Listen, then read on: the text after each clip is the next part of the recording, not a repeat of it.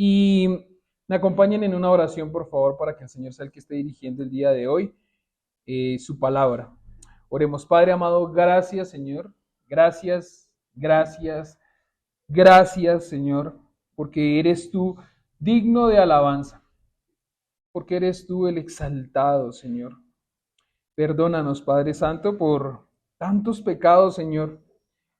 Gracias, Señor, por enviar el Padre, haber enviado al Hijo, Señor.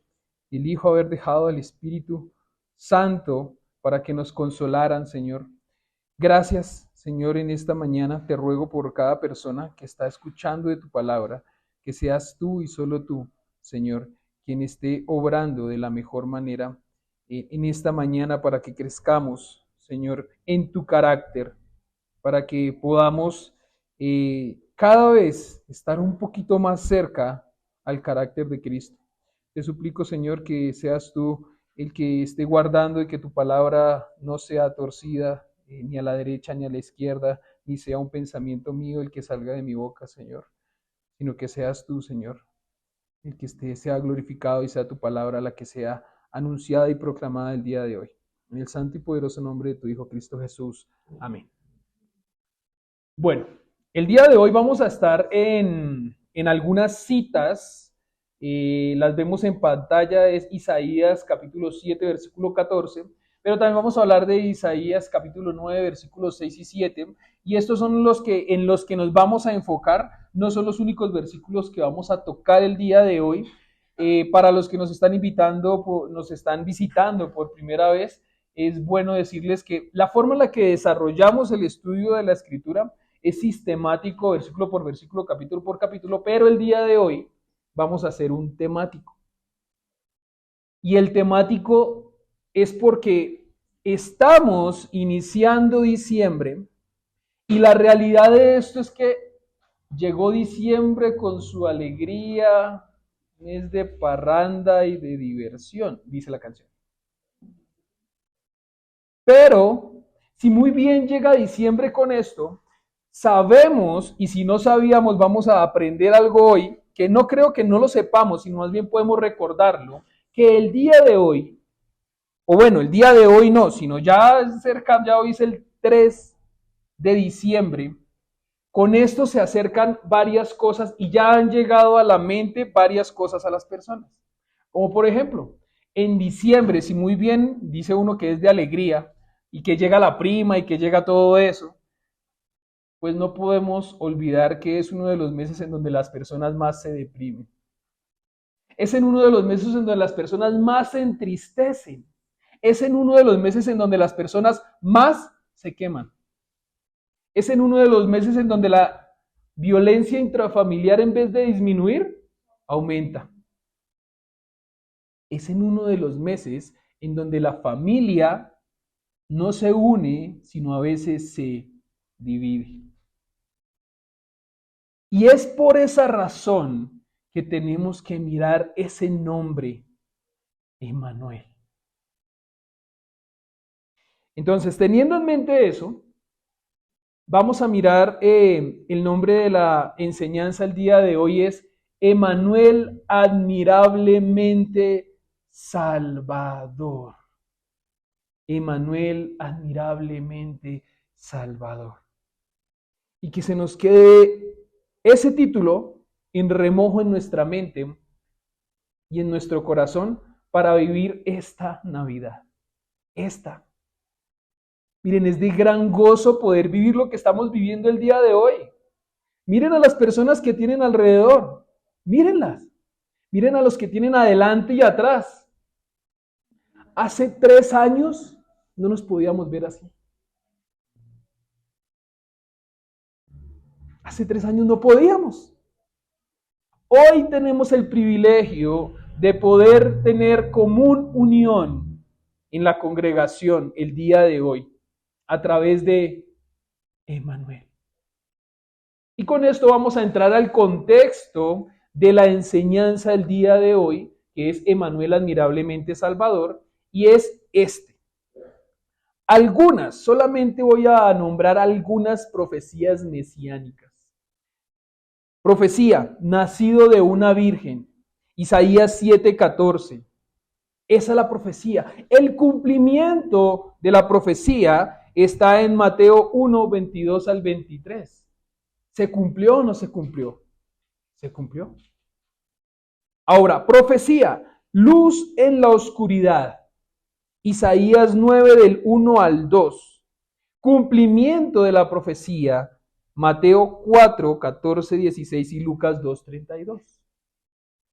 Otra profecía, porque no vamos a hablar de todas las profecías en este momento. Dios con nosotros. Isaías 9, 6 y 7. Esa es la profecía. El cumplimiento de la profecía está en todas las citas que vemos en pantalla. Mateo 1, 21 al 23, Lucas 1 del 32 al 33, Juan 8, 58, Juan 10, 30, Juan 14, 19. Y es muy interesante porque ¿qué es lo que hemos venido estudiando? Juan. El último domingo, ¿recordamos qué fue lo que se enseñó y qué fue lo que aprendimos? La entrada triunfal ¿de quién? De Jesús. Recordamos que entró de una manera muy interesante y es humilde. Entró montado en un burro. Y todas las personas decían Hosana, ¿cierto? Y lo proclamaban ¿con qué? Con las palmas. Con las palmas, las hojas de palma, no con las palmas. Ahora, hoy vamos a tocar la entrada triunfal, así se llamaba el domingo pasado la entrada triunfal de Jesús. Hoy vamos a tocar la entrada triunfal de Jesús al mundo. Al mundo. Ahora, algunos datos interesantes para que los podamos tener. Datos del libro de Isaías, fue inspirado más o menos en el 750 años antes de que llegara el Mesías. A mí me encanta la escritura ver cómo desarrolla estas cosas. 700 años se hablaba de un Mesías y de una profecía que después se viene a cumplir. Fue escrito en tiempo pasado, como si ya hubieran pasado y las profecías están dadas en la manera futura. Los estudiosos hablan de esto como si fuese el famoso, las famosas el famoso pasado profético. Y es una forma que uno no logra entender porque uno o está en el pasado, o está en el presente, o está en el futuro. Pero no puede uno a veces dimensionar las tres cosas. Cuando hablamos de un pasado es que se está escribiendo en tiempo pasado, pero va a ser un futuro y un futuro seguro. 100% seguro. Y eso es lo interesante de lo que vamos a mirar el día de hoy. Ahora, aproximadamente 108 profecías se cumplieron en el nacimiento de Jesús. Estoy hablando de aproximadamente, no específicamente. Y hay algo que es muy interesante para los matemáticos, ya forma de dato curioso, y es que en el año de 1958, un profesor que se llamó Peter Stoner, reconocido en matemáticas y astronomía, estudió y calculó las probabilidades del cumplimiento de las profecías mesiánicas. ¿Y saben qué encontró? En conclusión fue que la probabilidad de su cumplimiento aún de 8 de las 108, siendo realista, se cumpliría en cada 100 cuatrimillones. 100 cuatrimillones. ¿Y qué pasó? Se cumplieron. 8, solo 8, haciendo cálculo de 8. Esto hace que la Navidad sea uno de los más significativos milagros de la historia. Si muy bien hace un momentico decía que la Navidad trae muchas cosas meramente humanas, dolorosas, pues no podemos olvidar que la Navidad trae en sí el milagro más grande y maravilloso, por el cual tú y yo podemos tener vida eterna en Cristo Jesús, Señor nuestro. Ahora, que el inicio de estas fechas sea más que la tristeza de llegar Navidad, no es solamente eso. Y es lo que escuchamos hoy en día. Para donde tú quieras ir, vas a escuchar ese tipo de canciones. Porque son las canciones que llegan y se guardan en el baúl y vuelven y salen al otro año. Es la realidad. Que de una u otra forma no sea melancolía la que yo sienta cuando viene diciembre. Ni solamente esa alegría por algunas otras cosas, sino entender el fundamento y el principal motivo de la alegría por el cual yo siento gozo, que es en Cristo Jesús. Ahora, algo muy interesante y a forma de contexto, como lo pueden ver en la imagen, es una imagen que me encanta, a mí me fascina esta imagen. Tanto así que la tenemos en la puerta de nuestra casa. Así. Y es que, por lo general, esta es la celebración, pero esta es la razón. Y algo más interesante todavía aún allí, lo podemos ver que dice, en Navidad no celebramos una fecha, sino celebramos un hecho. Esto lo dijo Ivette Cruz, un pastor por allá de México. Pero qué cosa tan emocionante. Eso es lo que nosotros celebramos, no una fecha. ¿Por qué una fecha? Porque no sabemos si Jesús nació el 24. En el calendario específico, no fue en diciembre. No fue en diciembre. Entonces, no es una fecha, sino celebramos el nacimiento de una persona, que es Emmanuel. De eso es lo que vamos a hablar el día de hoy. Y por último, tratando de traer el contexto para que podamos alistarnos a ver la escritura. Si muy bien, de aquí del auditorio hay una persona que está cumpliendo años. Hace 30 y pégale de años que nació esta persona. Sus papás, su mamá estarían emocionados de que él llegara al mundo. Pero la realidad es que nosotros hoy en día deberíamos estar emocionados de celebrar que Cristo vino al mundo. Y no fue cualquier persona.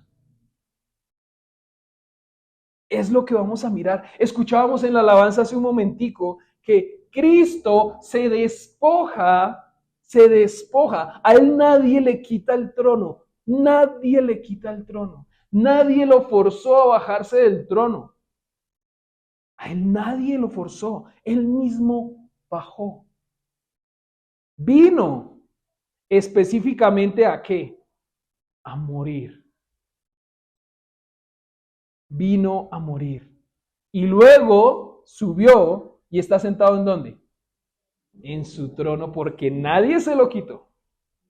Nadie se lo quitó.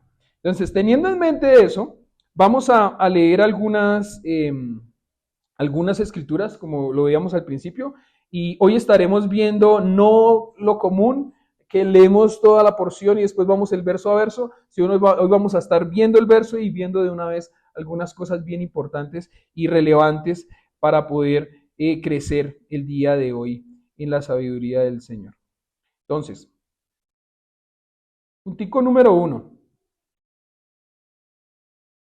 número uno, una señal específica dada por Dios. Y aquí quiero que tratemos de sustraer la mayor esencia de la escritura. Para esto vamos a ir a Isaías, capítulo 7, versículo 14. Isaías capítulo 7, versículo 14. Hay algo muy interesante de poder nutrirnos de la palabra y lo mejor que podemos hacer es cuestionar la escritura. Cuando digo cuestionar no es criticar, sino es tratar de sustraer, de preguntarnos, de entender, de nutrirnos a través de preguntas. Y es lo que vamos a desarrollar hoy. Preguntas. Esa es la manera sencilla de aprender. Muchas personas dicen, no, es que conocer a Dios es muy complicado. Sí y no. Sí, en el sentido en que Dios es profundamente completo y mi mente es limitada, chiquita y no puede entenderlo del todo. Difícil, pues a través de su escritura ya no es tan difícil. Yo puedo empezar a deleitarme y conocerlo. Versículo 14. Muy bien. El Señor mismo les dará la señal. Miren, La Virgen concebirá un niño, dará a luz un hijo y lo llamarán Emmanuel, que significa Dios está con nosotros. ¿Se acuerdan que hace un momento decía que el tema de esas profecías o de ese pasado profético, ¿se hará que ya se acabó? ¿O Dios está con nosotros el día de hoy? Esto es para la gente del 2023. Dios está con nosotros. Y eso es una esperanza maravillosa, maravillosa. Ahora vamos a mirar algo muy interesante y lo vemos en pantalla. Y es el Señor mismo dio la señal. Y me encanta, me fascina, de verdad que me emociona. Porque a veces, miren lo que pasa entre nosotros, el famoso teléfono roto. Oh, ¿será que usted le puede decir a esta persona que por favor pase esto? Y entre 2 o 3 personas que fueron los conductores del teléfono se rompió algo. O en el final uno dice, ¿será que sí era eso? Yo como que lo dudo. En este caso, ¿quién es el que manda y quién es el que dio más bien, emite la señal? El Señor. La fiabilidad del emisor es mayormente confiable en su totalidad cuando el mismo emisor es quien da la señal. Él es el mismo que está emitiendo el mensaje y él mismo la está dando. Y está diciendo, el Señor mismo les dará la señal. Y ahí dice, miren, la Virgen concebirá un niño, dará a luz a un hijo y lo llamarán Emmanuel. Ahora, ¿era cualquier niño?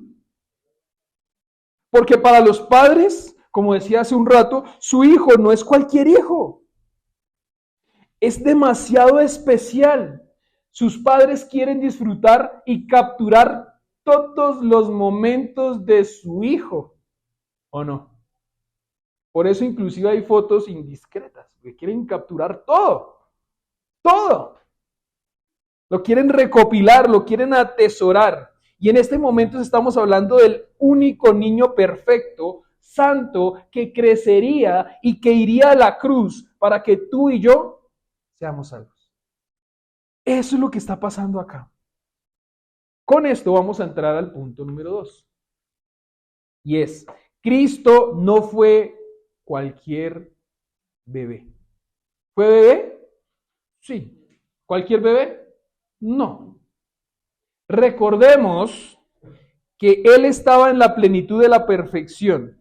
100% Dios, 100% hombre. Y ese 100% hombre nos deleitamos en ver cómo viene Jesús al mundo. Jesús viene. Y alguien decía algo muy interesante. ¿Será que Jesús no pudo haber nacido con 30 años directico a la cruz?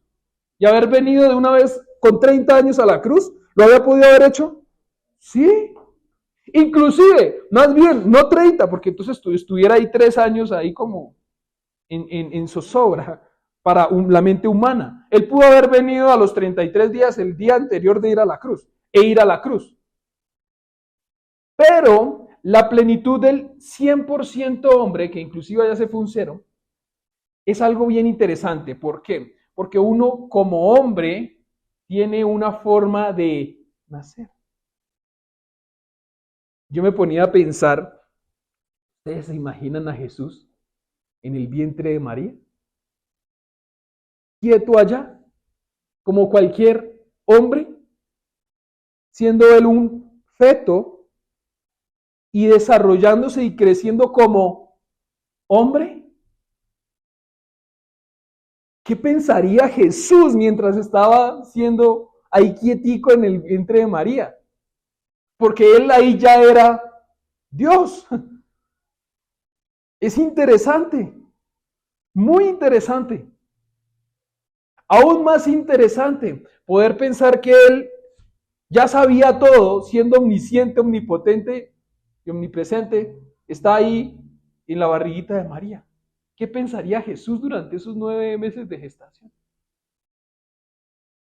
Es algo muy interesante, pero lo traigo a colación porque él pasó por el mismo proceso que cualquier hombre, no siendo él cualquier hombre.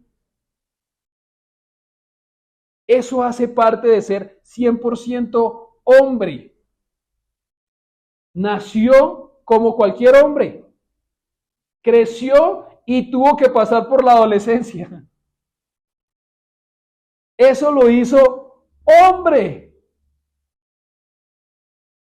Interesante. De verdad que es muy interesante. Y ahora vamos a tratar de conocer un poquito más a profundidad quién es Emmanuel a través de la escritura. Y tenemos que cuestionarnos muchas cosas, como quién nos lo dio, para qué nos lo dio.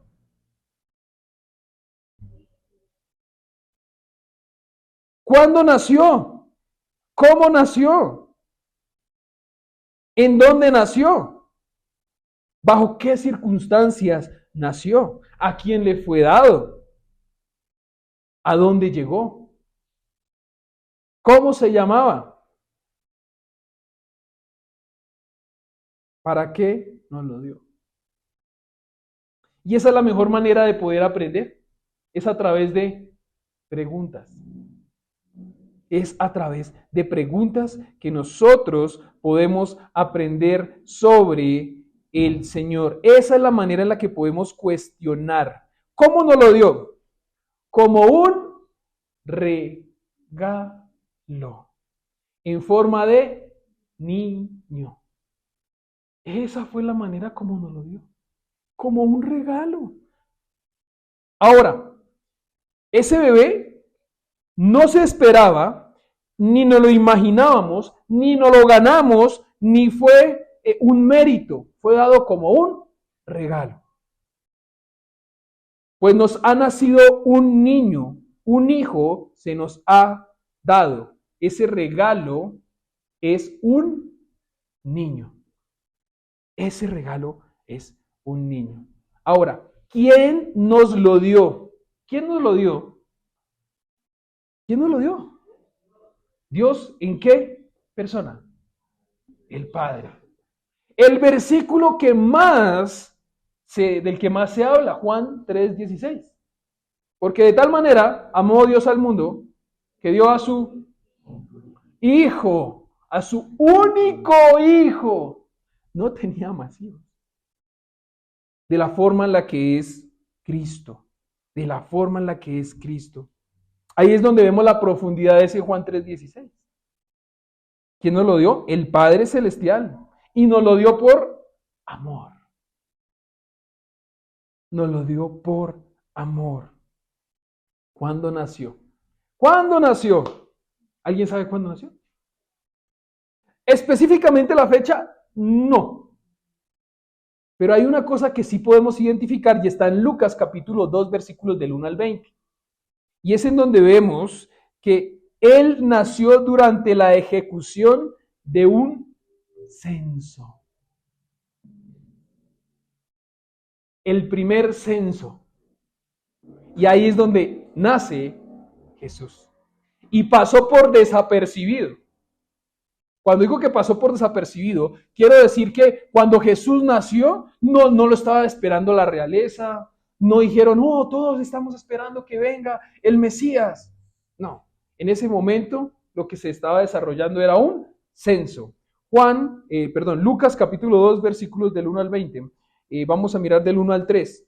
Por aquellos días, Augusto César decretó que se levantara un censo en todo el imperio romano. Este primer censo se efectuó cuando Cirenio gobernaba en Siria. Así que iban todos a inscribirse, cada cual a su propio pueblo. Oh, interesante. Nace Jesús. El momento en el que nace es cuando hay un momento de censo. Y eso es importante para poder mirar lo demás. Ahora, ¿cómo nació? ¿Llegando al mundo como tú o como yo? Siendo bebé, humillándose por voluntad propia, pero con un gran propósito. Miren, aquí hay algo muy interesante y por lo general uno escucha de los papás de uno, Dios tiene un gran propósito para tu vida.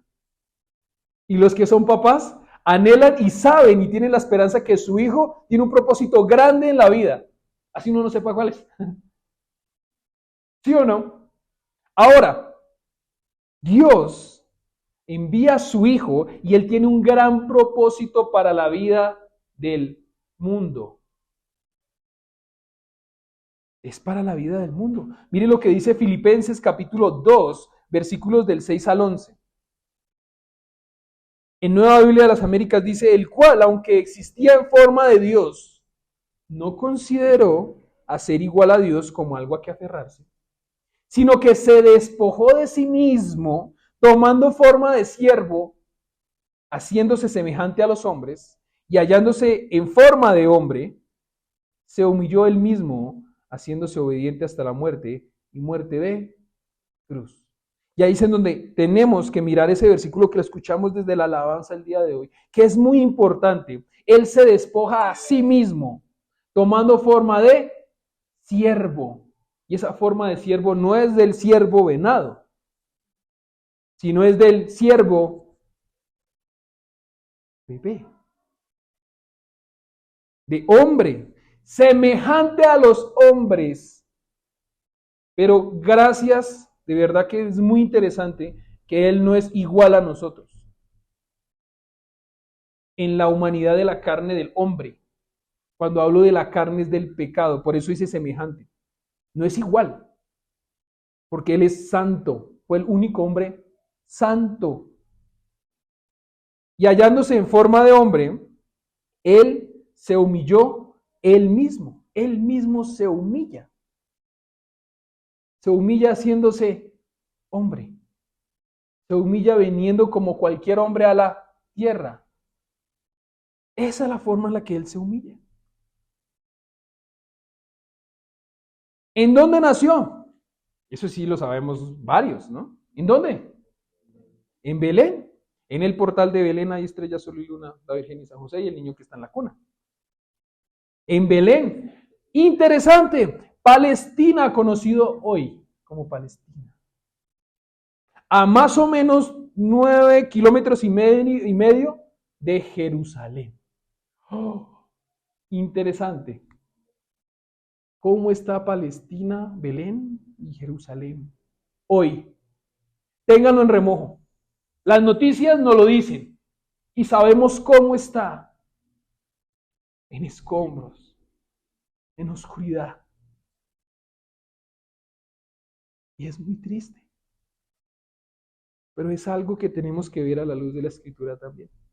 Lucas capítulo 2, versículos del 4 al 7, dice, también José, que era descendiente del rey David, subió de Nazaret, ciudad de Galilea, a Judea y fue a Belén. El versículo 7 dice, así que dio a luz a su hijo primogénito. Interesante, porque de una u otra manera no era su hijo, lo acoge como su hijo, pero no era su hijo. Hablando de José. ¿Bajo qué circunstancias nació? Y aquí de verdad que hay una cosa que a mí me deleita tanto, y es porque, ¿quién nació aquí en su casa? ¿Alguien nació aquí en su casa? ¿O en una casa? Ok, muy bien, listo. Y uno diría, durísimo los que nacieron en la casa. Tremendo. Y claro, y ahí hay una muestra grande de que sí es duro, pero es posible. Fue posible, ¿cierto? Ahora, el resto que no levantó la mano, yo sacaría la conclusión de que todos nacimos, aparte de una persona, en un hospital. ¿Listo? Ahora vayámonos cómo nació Jesús. Oh, Jesús nació en el hospital, más limpio, pulcro, y pararon el hospital, cerraron todo porque iban a ser Jesús. ¿No?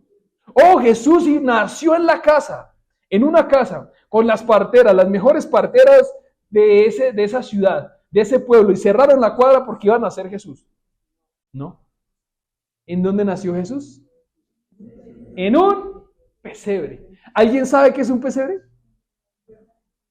Un pesebre viene del derivado de las famosas pesebreras. ¿Y alguien ha ido a una pesebrera? Huele a flores.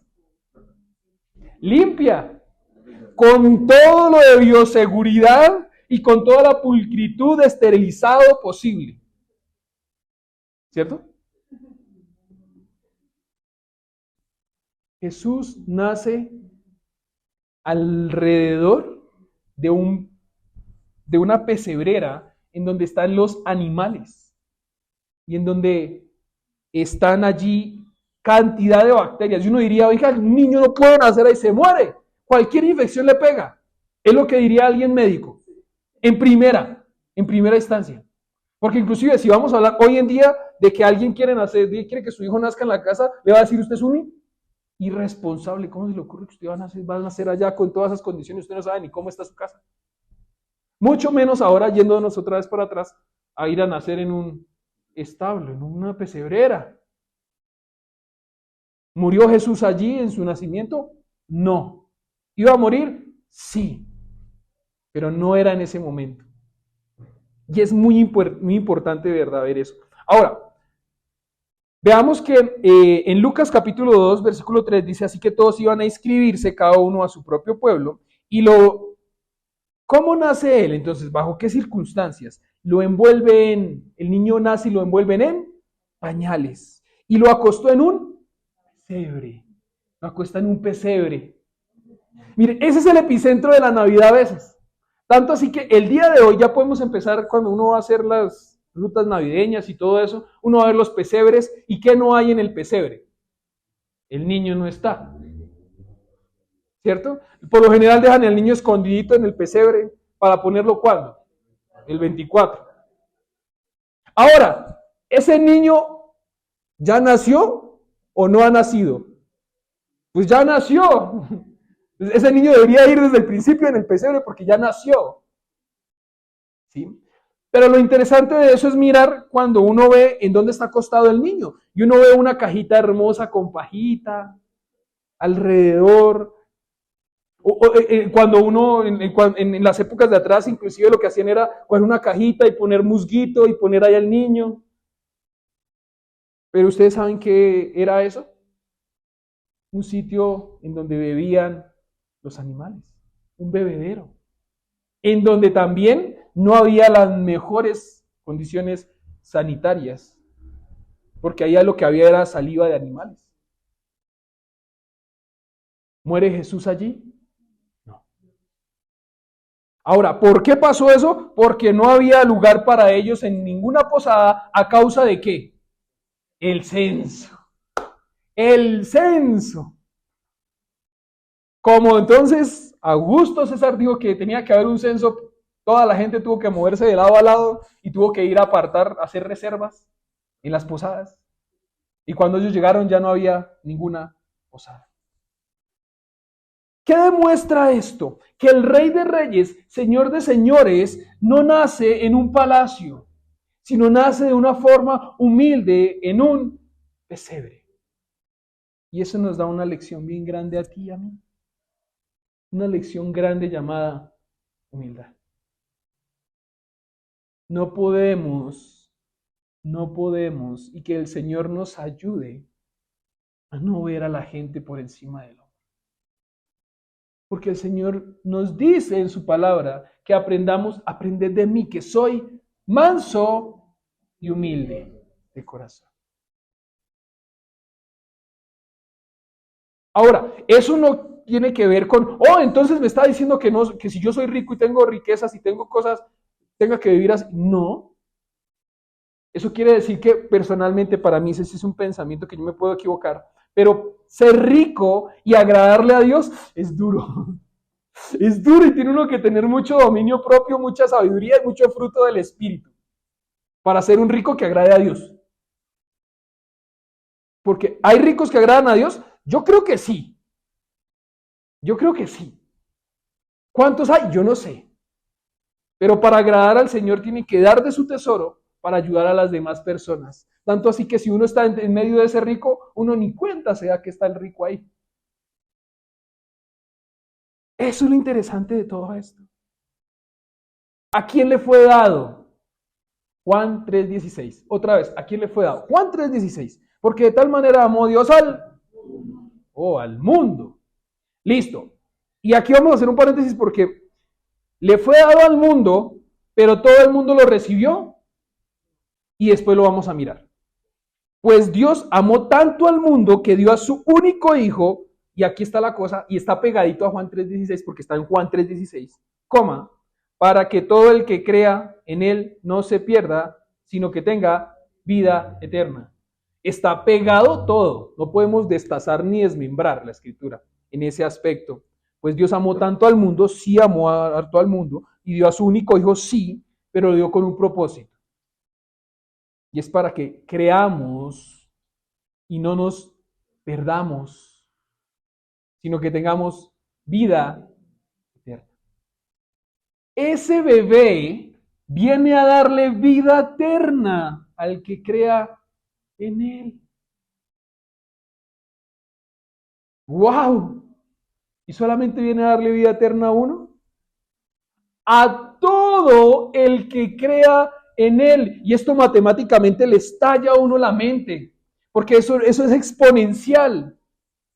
2023 años. Hoy, 2023.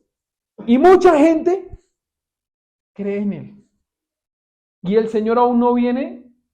¿Saben para qué? Para que muchos más tengan vida eterna. Por esa razón no ha venido.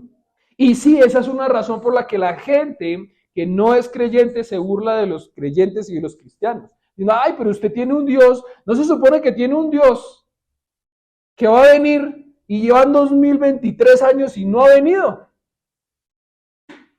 No, pues, ¿cuántos 2023 años toca esperar? Misericordia de Dios, que es lo que el Señor está teniendo con el que Él quiere tener misericordia. Por eso es que no ha venido. Ahora, Juan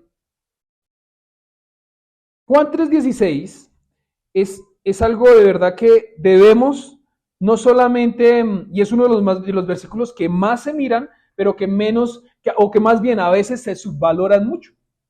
Con el tema de lo mismo de Isaías. O un niño nos ha nacido, nos ha dado, y uno, oh, sí, viene, pero uno como que ya, como por encimita, como que por encimita, y no alcanza a ver la profundidad de todo esto que estamos mirando en este momento a través de la escritura.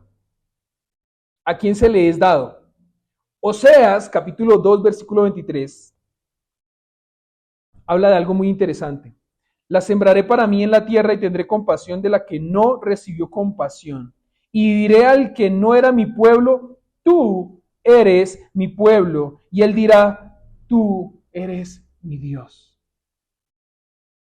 El Señor nos es dado a los, porque acá no hay ningún, yo que sepa, no hay ningún israelita. Todos somos gentiles. Gentiles. Y antes no éramos su pueblo. Y Él nos hace su pueblo. Él hace pueblo al que uno que no era su pueblo. Y aparte de eso, hablando de eso, porque ese es el celo de Dios, provocó a celos a su pueblo y volteó a mirar a un pueblo que no era su pueblo, y ese pueblo sintió los celos y dijo, no, venga, sí quiero. Entonces logra captar la atención de un pueblo ingrato y ganar a un pueblo para crecer su pueblo. Y ahí hoy no podemos decir que solamente los hijos de Dios es el pueblo de Israel, sino también nosotros los gentiles. Todo eso a través de un bebé. Todo eso a través de un bebé. ¿A dónde llegó? ¿A dónde llegó ese bebé? A un palacio de oro, en donde estaban los reflectivos, las velas, alumbrando y esperando que naciera. ¿Llegó a ese tipo de escenario? No. Y aquí, no la gran diferencia de lo que vivimos hoy en día. Isaías capítulo 9, versículo 2. Isaías capítulo 9, versículo 2. Los animo a que todos lo busquemos, porque ese pueblo está como el pueblo hoy en día. Dice así: el pueblo que caminaba en oscuridad verá una gran luz. Para aquellos que viven en una tierra de densa oscuridad, brillará una luz. Y con Emmanuel llega la verdadera esperanza. ¿Recuerdan que hablamos del pasado profético? Es tan seguro que parece, que como si ya hubiera pasado. Y hay algo bien interesante de esto, es cómo está hoy en día el mundo. ¿En luz? ¿O seguimos aún en oscuridad?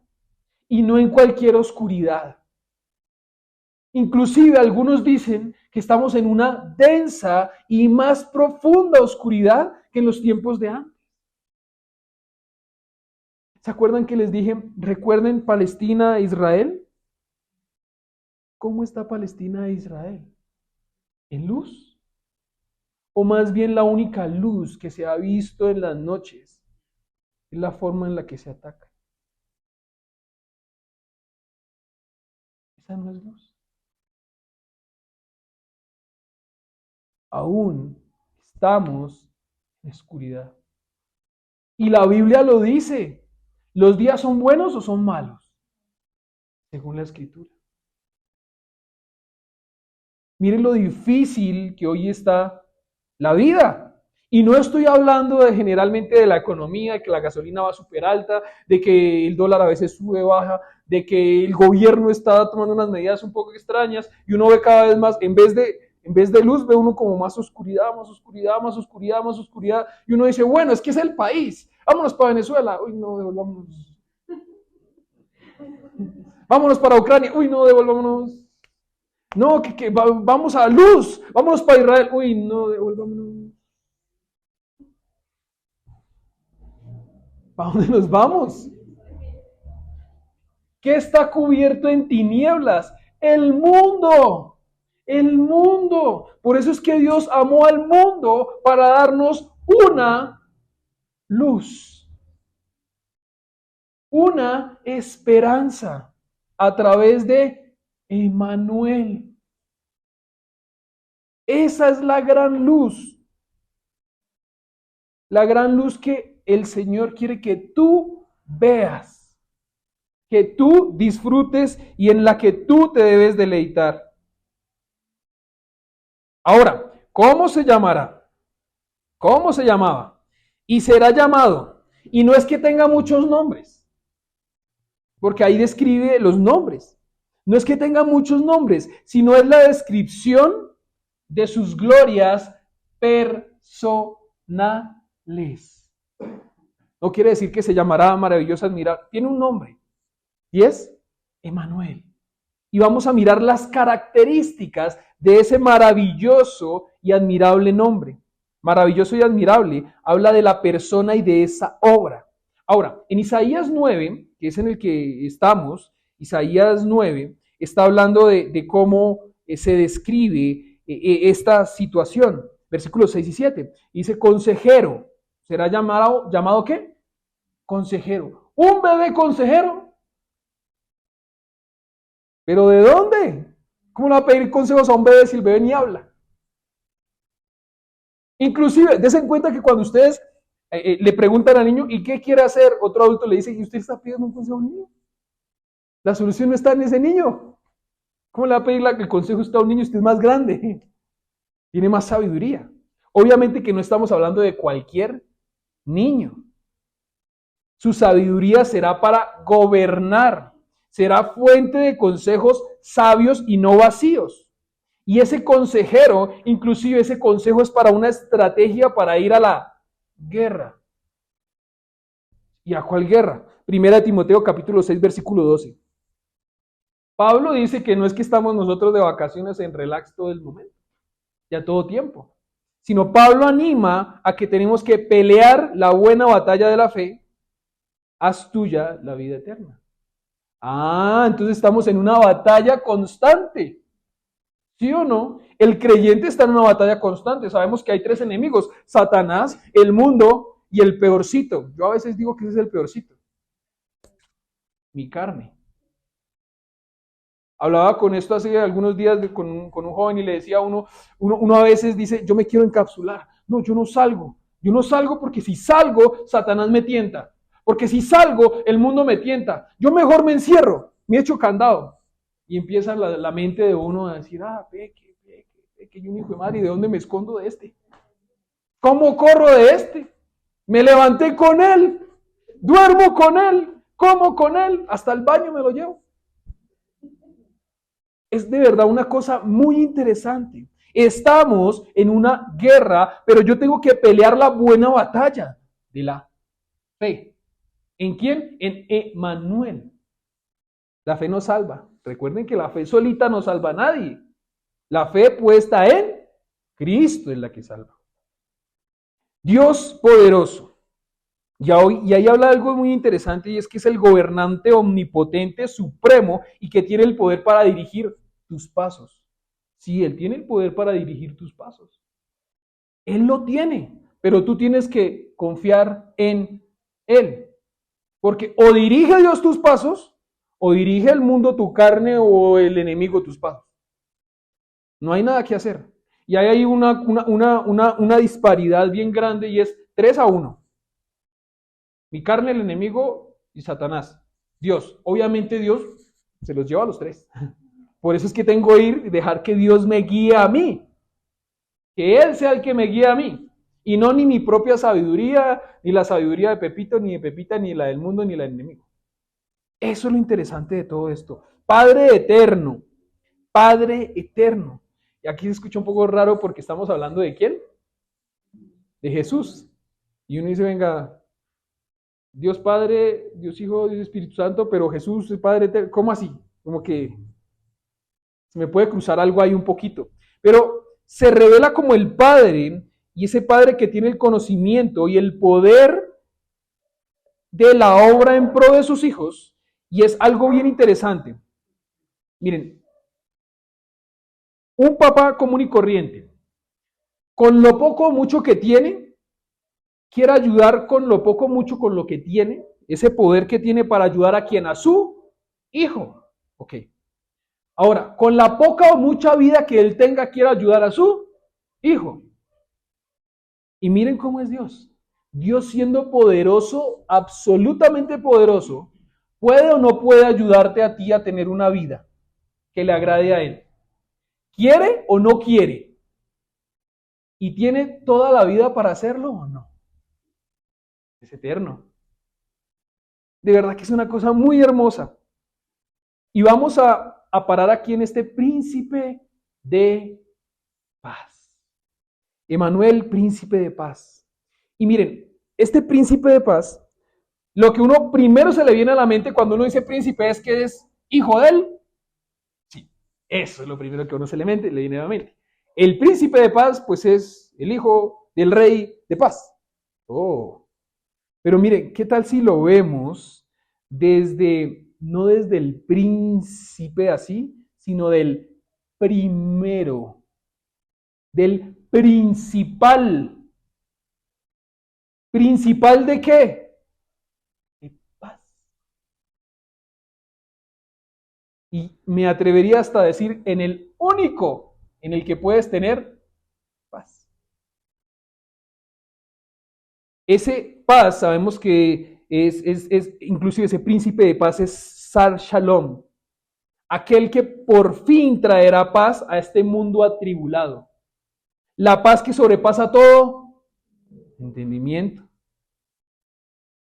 Y indica que ese gobierno será justo y en paz, igual a la actualidad de nuestros gobiernos, ¿no?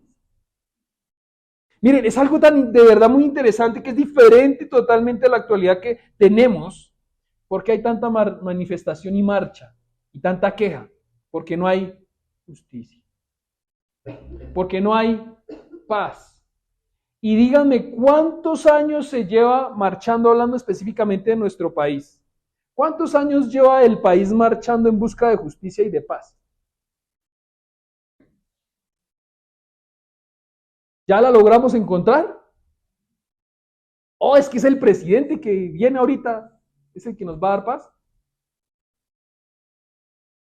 Algo muy interesante que escuchaba de alguien decir una vez es, yo le estoy pidiendo algo a alguien que no tiene.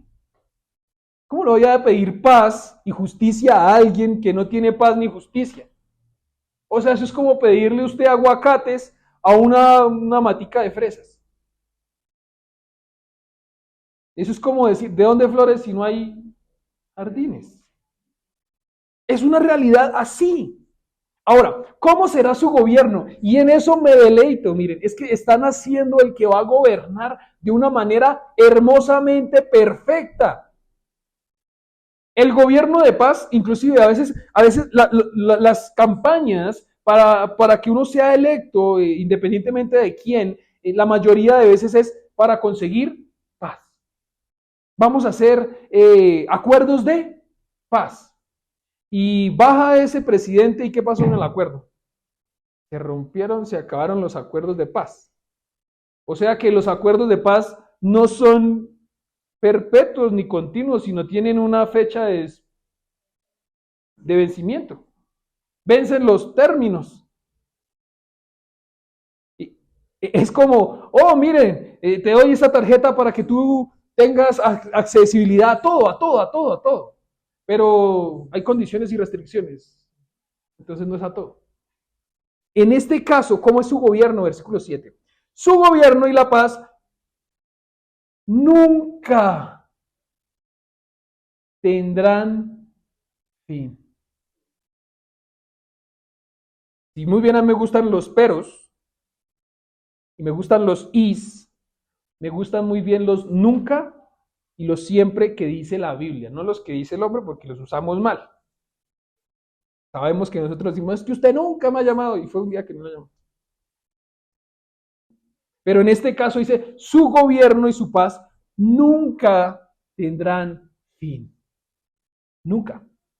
Y reinará con imparcialidad y justicia desde el trono de su antepasado David por toda la eternidad. El ferviente compromiso del Señor de los ejércitos celestiales hará que esto suceda.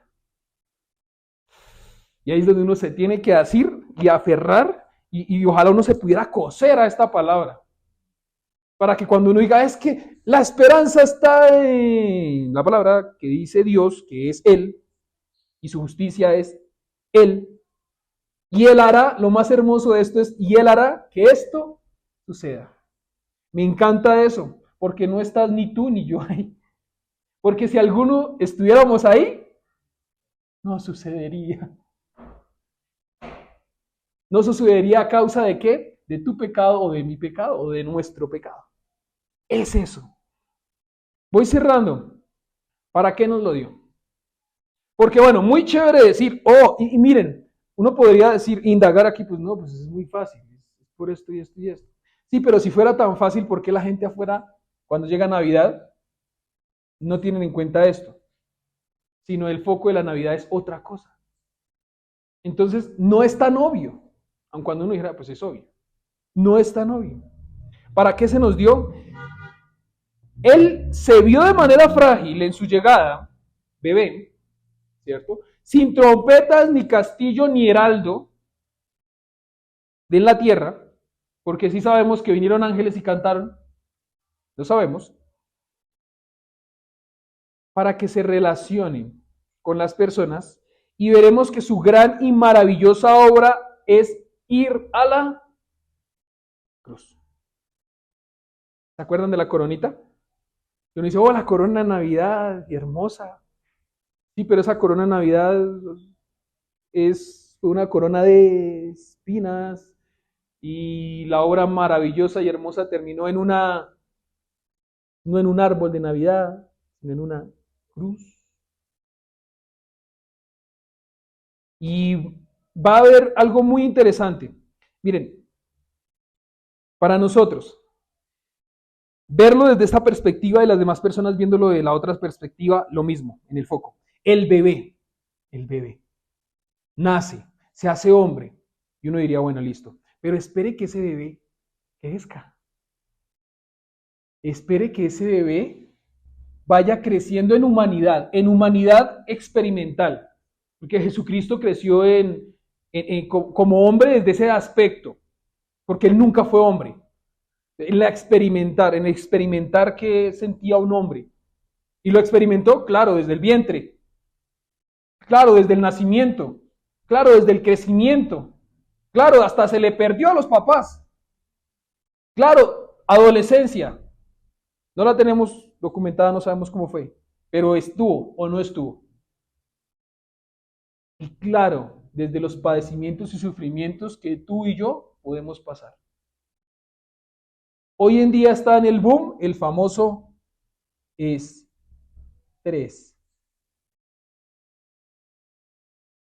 Hasta lo utilizamos mal. Y hasta a veces estamos estresados y no sabemos. A mí me pasó. Hasta que fui a donde mi fisioterapeuta me dijo, usted está estresado. Yo, ¿pero de dónde? Mire. No sabía. El hecho de que no sepa no quiere decir que no esté. Pero, ¿quién se estresó? Jesús. Pues que acaso él no sudó sangre. ¿Y fue a causa de qué? De un tipo de estrés. No se hizo hombre y no se hizo hombre por poquito. Se hizo hombre a cabalidad y sintiendo lo que tú y yo sentimos. Bien interesante poder ver esas cosas. Ahora, ese bebé que nació, que sí pasó por todo eso, espere que vaya ¿a dónde? A la cruz. Espera que muera. Espera que resucite. Para ver si nosotros podemos ver su gloria. Isaías 9, la parte del capítulo 9 de la parte B del versículo 6, dice, el gobierno descansará sobre sus hombros. Isaías 9:6, la parte B. El gobierno descansará sobre sus hombros y él reinará como rey de reyes y señor de señores. Y aquí entra algo bien interesante. Gálatas 4:4 dice, pero cuando se cumplió el plazo, Dios envió a su hijo nacido de una mujer bajo la ley. Y aquí se viene lo duro. ¿Qué decía la ley? Romanos 6:23. Eso. Porque la paga del pecado es muerte. Mientras que el regalo de Dios es vida eterna en Cristo Jesús, Señor nuestro. La ley, ¿qué era? Que el que pecaba, ¿qué tenía que pasar con el pecador? Ley. Por eso es que la ley no salva a nadie. Recordemos eso, la ley no salva a nadie. ¿La fe solita salva a alguien? Tampoco. ¿Es quién? Una persona. Es Jesús. Ok, Gálatas 4:5. ¿Y entonces para qué? Para rescatar de la muerte causada como efecto del pecado. ¿A quiénes? A los que están bajo la ley, a fin de que fuéramos adoptados como hijos. Y otra vez viene la pregunta que yo he hecho varias veces. Por favor, no se aburran de mi pregunta. ¿Todos son hijos de Dios? A la luz de Juan, capítulo 1, versículo 12, sabemos que solamente algunos son hijos de Dios. Los que lo reciben, ¿cierto? Y creen en Él, en su nombre. A esos se les dio el derecho, la potestad, el privilegio de ser llamados hijos de Dios. Ahora, ¿Dios quiere que se salven todos? Sí. ¿Se van a salvar todos?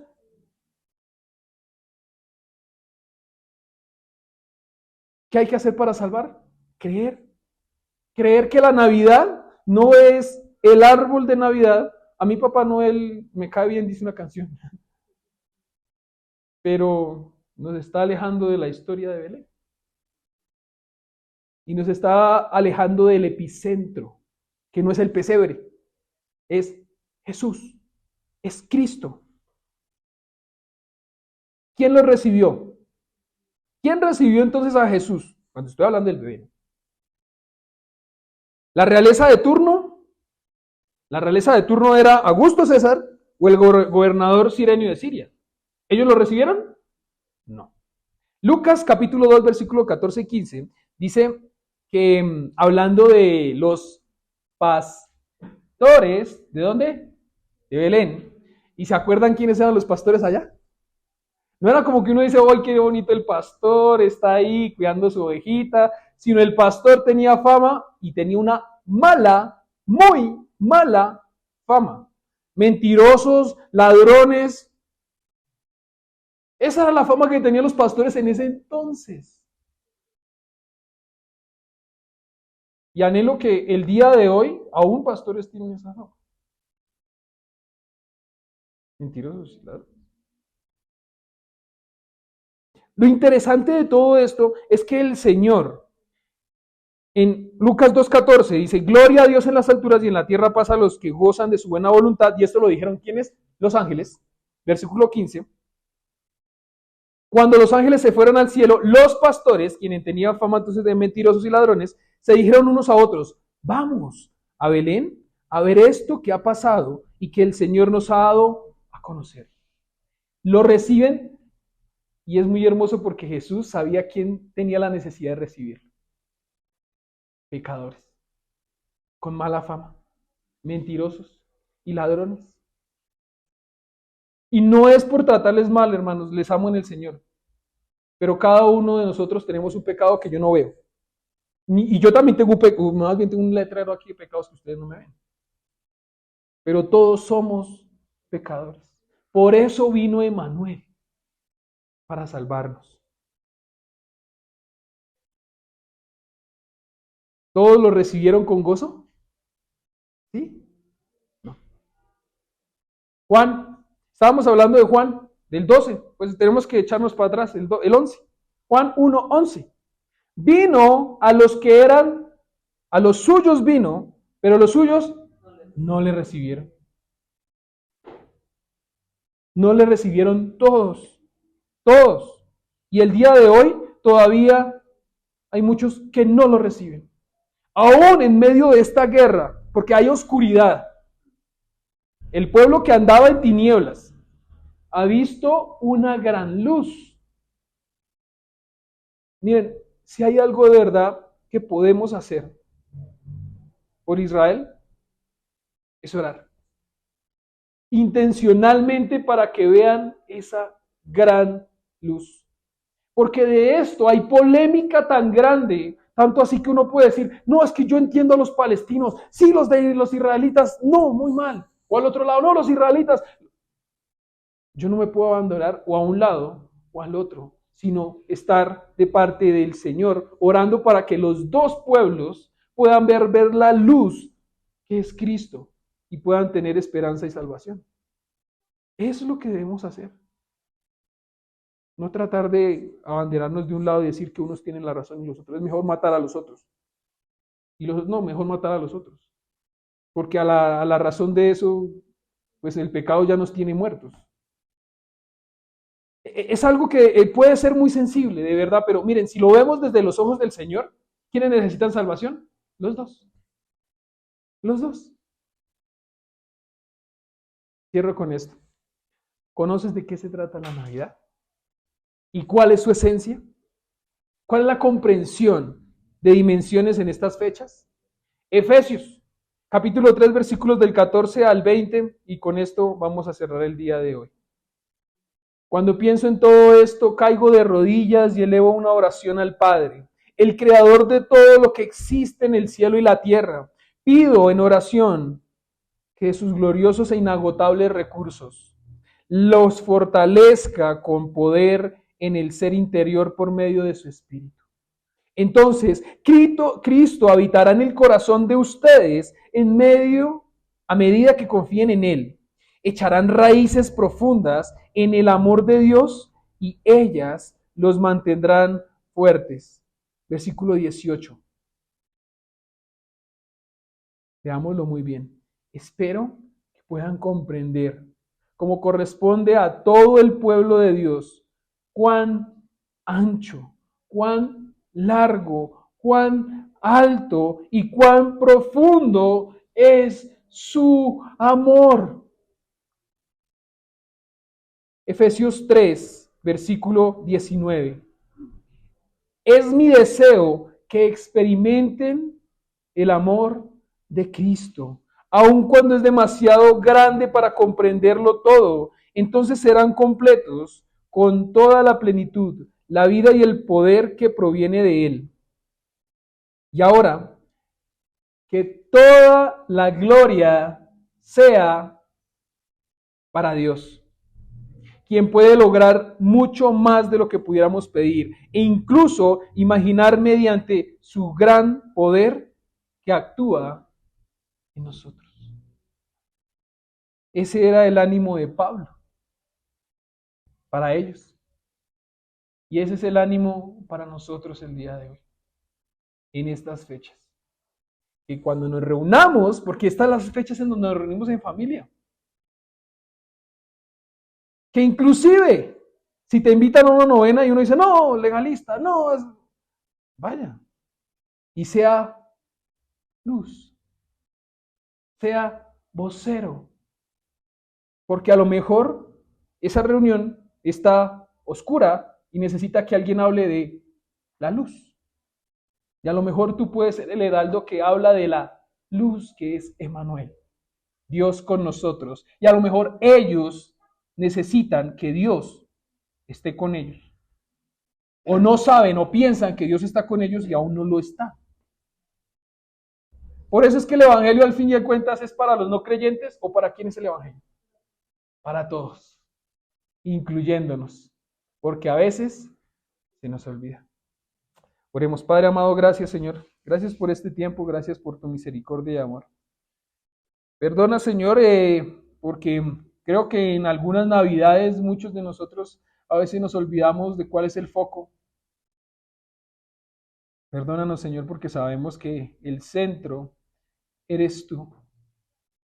Y que si muy bien se celebra el nacimiento de Emmanuel ahora, no podemos olvidar que no fue solamente un nacimiento, sino que terminó en la cruz, en obediencia, en amor y con un gran propósito. Muchas imágenes muestran a Papá Noel con su bolsa llena de regalos y al frente a Cristo con uno solo. Ese solo nos basta, que es la salvación, que es la vida eterna a través de Cristo Jesús. Y sé tú, Señor, el que conmueva, el que haga vibrar en nuestro corazón y en nuestra vida, en nuestros miembros, esta Navidad, para, como se decía en la Navidad, en la alabanza, que nos des a uno, al que yo le pueda dar las buenas del Evangelio, porque a lo mejor está en oscuridad y necesita luz. En el santo y poderoso nombre de tu Hijo, Cristo Jesús. Amén.